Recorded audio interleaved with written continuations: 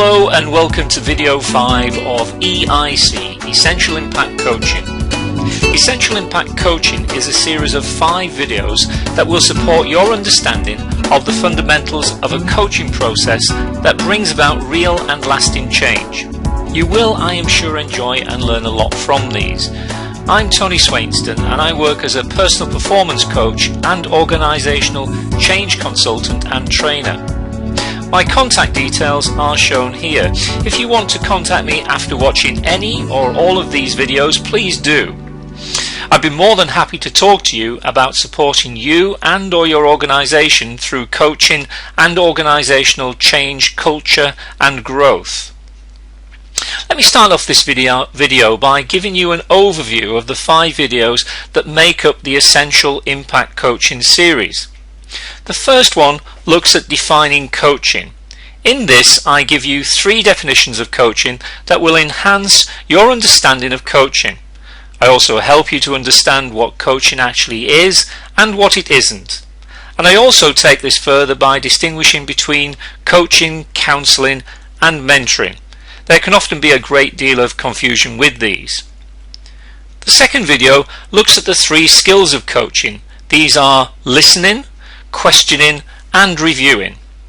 And reviewing is about reflecting and clarifying. There are a number of other skills that we will look at in this video, but these 3 form the foundation of effective impact coaching. The third video looks at the GROW model of coaching. This is the model that's used extensively in coaching and as the framework for a coaching conversation. Its power is in its simplicity. When you begin to use it, you'll see how effective it is in supporting a client to move towards their goal. GROW is an acronym that stands for goal, the goal the client has, reality, the current situation, options, all the possible options are looked at, and will, the actions the client will take from the possible options. The fourth video looks at the beliefs and principles of coaches and the benefits of coaching. It covers 4 key beliefs of coaches and 10 principles that coaches follow. It also looks at the benefits of coaching from the point of view of the coach, the coachee, this is the name given to the person being coached, and the organisation. And the final video, this one, looks at how coaching often involves shifting or changing beliefs. And I'll illustrate this in what I know you'll find both a fun and informative way. So there we go, some great stuff in store for you. And now let's move into video 5 of Essential Impact Coaching. And to put this video once again in context, it's the 5th of 5 videos and it looks at the following. First of all, examples of limiting beliefs. Secondly, how limiting beliefs are formed. And the third point, examples that show we need to be careful with our beliefs. So let's now consider the first of these points and examples of limiting beliefs. First of all, we might ask ourselves, what is a belief? Well, we could describe a belief as a principle accepted as true or real without any proof. It is, in other words, an opinion or a conviction. The incredible importance of beliefs comes from the fact that our beliefs about ourselves and the world around us steer us in certain directions and it prevents us from going in others. If you're not sure what your beliefs are, just look at the circumstances of your life right now. Whatever results you've been showing in your life over a period of time are a pretty accurate reflection of your beliefs about yourself and the world you live in. That is a rather startling thought. And now if I ask you the question, what is a limiting belief? I wondered what you'd say to that. Well, we might say that a limiting belief is really a belief that we have that's not serving us well. Limiting beliefs are those things we believe about ourselves that place limitations on our abilities. Limiting beliefs are simply assumptions about reality. Some common examples of limiting beliefs could be that you have a specific role or specific roles in life that cannot be avoided or replaced. that you have traits or abilities or capabilities that are holding you back, that a particular opinion and one that is not supporting you is fact, and therefore there's no point even contemplating other viewpoints, that there is only one way to solve a particular problem, that success for you is futile, so there's no point trying. Now, some people will need a lot of support to change their beliefs. As a coach, you will need to challenge, encourage and support the coachee every step of the way as they are guided to the place where they can achieve their full potential. The coach will use a variety of techniques to raise the client's awareness of what their limiting beliefs are. Through answering incisive and powerful questions, the client will be prompted to actually see alternatives, perhaps for the first time. Once you, as the coach, have an indication of your client's limiting beliefs, you can help them to address and change them. Well phrased, therefore, incisive questions really can raise perception and open the realms of possibility for people. These questions normally have two parts. The first part involves the temporary suspension of the limiting belief, and the second part allows the client for a moment to be creative as they explore alternatives. This frees the rational mind to explore outside the boundaries it has imposed. This technique is very successful as it unblocks a client's mind and helps them dream in safety. Now, here are 10 common limiting beliefs. Notice how many of these involve fear as well. So, we fear greatness. Oddly enough, many people fear greatness. We fear failure. We fear we're not good enough to achieve what we want. We feel we're not being loved. We fear rejection. We have negative attributes assigned to rich people. Rich people are whatever that might be. We fear success. We don't deserve, we're not worthy of success. We have to work very hard, long hours for our money. And there are lots of deep-rooted beliefs that hold me back. That can be another limiting belief that somebody might have. Now, there are a number of other things that we may have limiting beliefs about. For example, the way we think of our personality, our confidence, eccentricity, sense of humour. The way we see ourselves physically, our size, weight, skin tone, shape. How we view our intelligence, both our IQ and our EQ.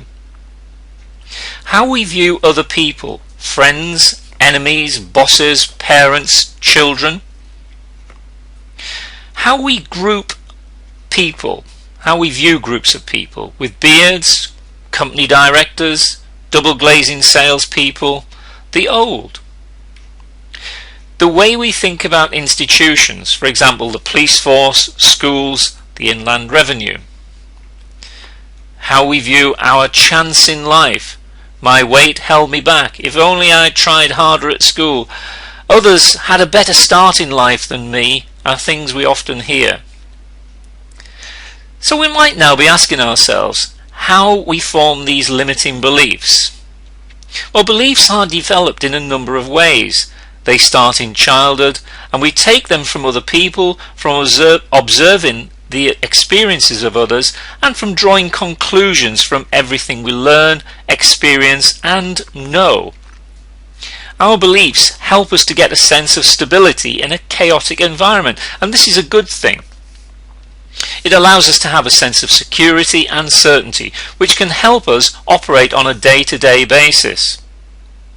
This sense of certainty that beliefs give us is so comforting that we often fail to remember a very important fact, and that is that our beliefs are not always true. We can look at the same situation and take a different view of it because that is how humans work. The map is not the territory, as it were. Our beliefs create part of our own mental map about ourselves and other people, and the world we inhabit. We don't question these beliefs, and if we don't question them, they become so automatic. They become so, what if you did question the ones that no longer serve you? What would happen then?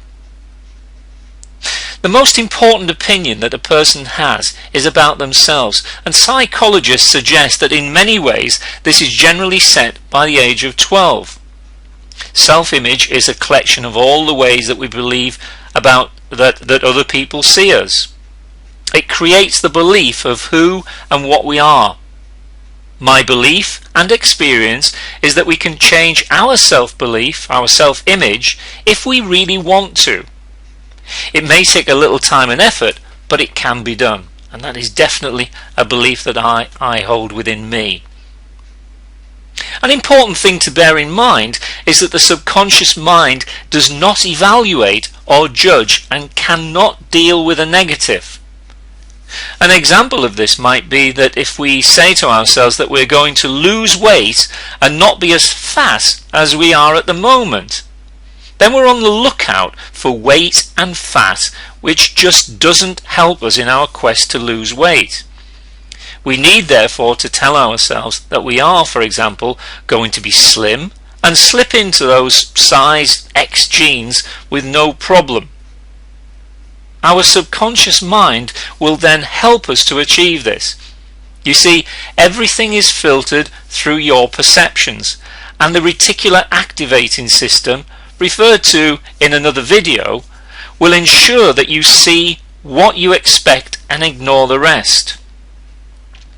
So what you expect will happen, you will always find the evidence to support what you believe, whether it's right or wrong.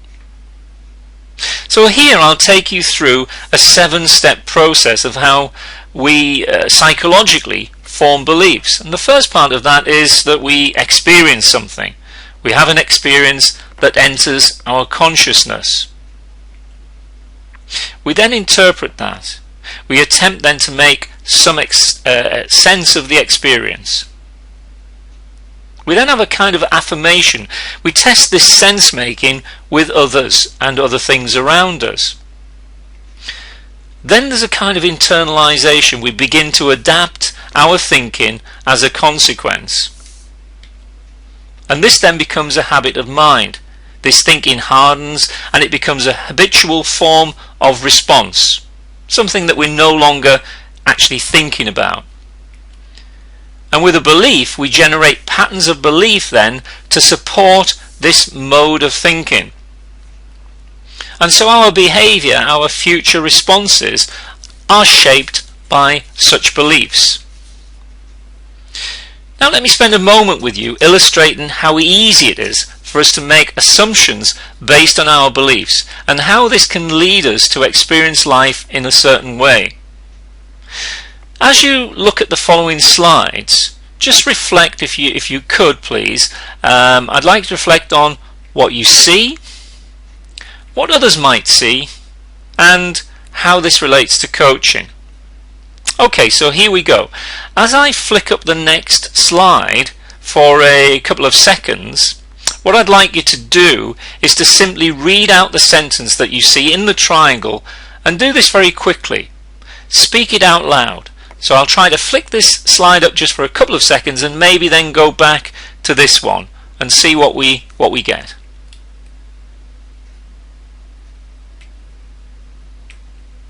Okay.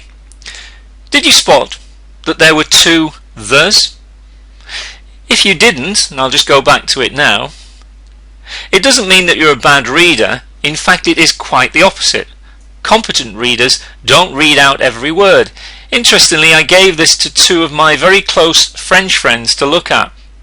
One of them, the father, speaks very good English and reads English very well as well. The other, the son, is less competent in English. So what do you think happened? Yes, you've probably guessed it. Pascal, the father, and the good reader of English, said, "a bird in the bush." He missed the second "the" in the sentence. Nicolas, the son, and less competent reader of English said, "A bird in the bush."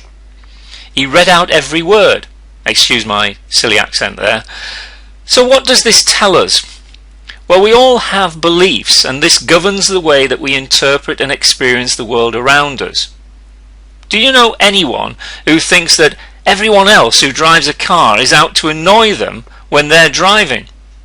Is this ever you? It could be at times. The amazing thing is that in just a few minutes of driving, they'll have found tens of examples to illustrate their case that other drivers are incompetent and out to annoy him or her. Their belief drives, sorry about the pun, their experience and their personal reality.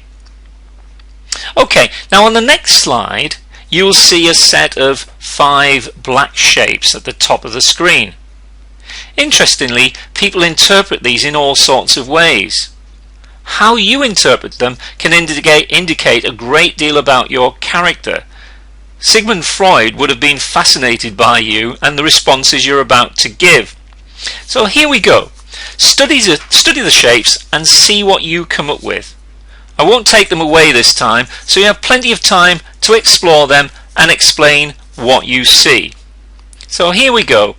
What do you see in these shapes?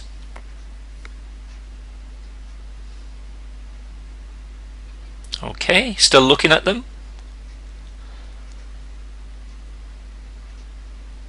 Okay. And did you spot the word lift? If you didn't, can you see it now?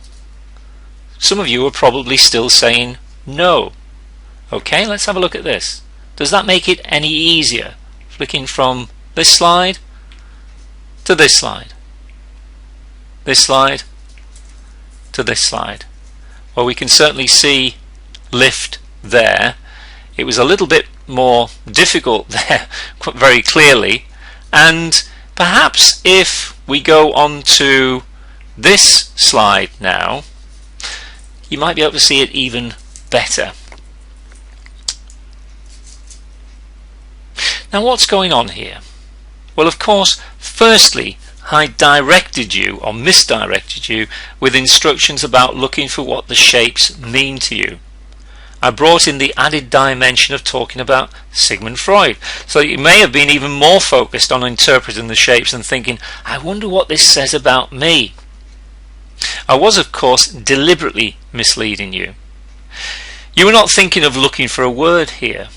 Once again, your reticular activating system was effectively asleep in terms of seeking out a word. But then this happens all the time in life. We are told things by people that then develop into our beliefs, our ways of seeing the world. These beliefs can help to speed up the process for us to react in situations. However, they can also make us at times miss the things that to other people are very obvious. We're all like this. None of us is immune from making assumptions. However, these assumptions can be highly damaging if they're based on limiting beliefs. There was, of course, another dimension to this as well, because the word lift was written in white on a black background initially. We're used to seeing black words on a white background, as here, which is why it's easier for us to see the word lift on this final slide here. So some of our beliefs are empowering and other beliefs are limiting. They will all have been useful at some point in time, and the ones that are limiting can be thought of as perhaps just out of date. Beliefs are part of our mental software, and as such it's important to keep them up to date. The process for keeping beliefs up to date is as follows. Just simply identify, of course that's not as easy as it might seem, but identify limiting beliefs, reconnect with reality, and then create a new empowering belief to replace the previous outdated belief. Now there are many techniques to move through this process, and that's of course what a great coach enables somebody else to do, to identify their limiting beliefs, reconnect with reality, create a new empowering beliefs, new empowering beliefs to replace the previous ones. And they may ask yourself what you can then gain from letting go of your limiting beliefs. Well, identifying them is a great start. As a coach, you'll use questions to seek out opinion, gather information, request consent, and perhaps even interrogate in a very nice way. You'll use who, what, when, where, and how questions. And remember again not to use the why question. Examples of questions you might use are, what do you really want? And what are you tolerating? And what does it mean to be a good friend, parent, or spouse? And what motivates you?